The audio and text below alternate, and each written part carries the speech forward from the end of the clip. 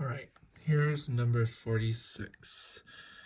The problem says in chapter 4, problems 4-8 through 4-10, you looked at how tile patterns grow. You examined how the growth rate could be seen in a table, graph, and rule for the pattern. One of the patterns that you looked at and its graph are shown below.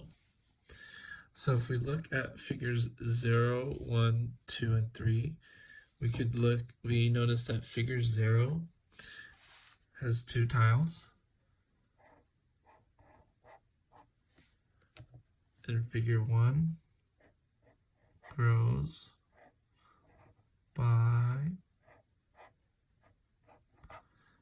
a total of 1, 2, 3, 4. Alright, so what's happening here is there's a growth pattern of +2. My apologies, +4. And if we continue this pattern, you can see that there is a growth pattern of 4. So A, it says, was the growth rate for this pattern? How can you tell? The growth pattern is 4. Here, let me turn this sideways. The growth pattern is 4. And we saw it here, and you could look at your textbook or your iPad, and you will see that it is growing by 4 each time. This can be seen in the pattern.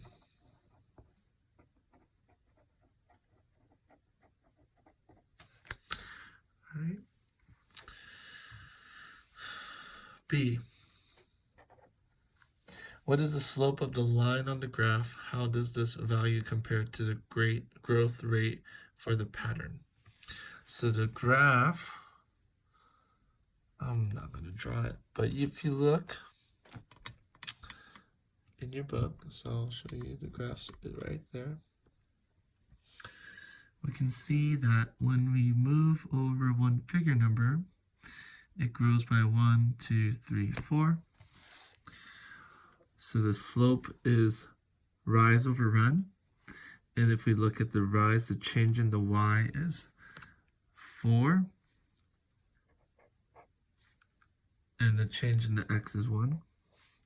So our rise over run will be 4 over 1.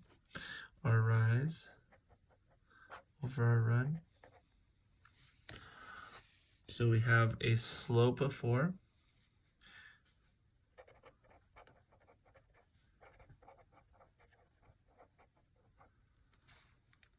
So if we compare the two, we can say that the graph slope is the same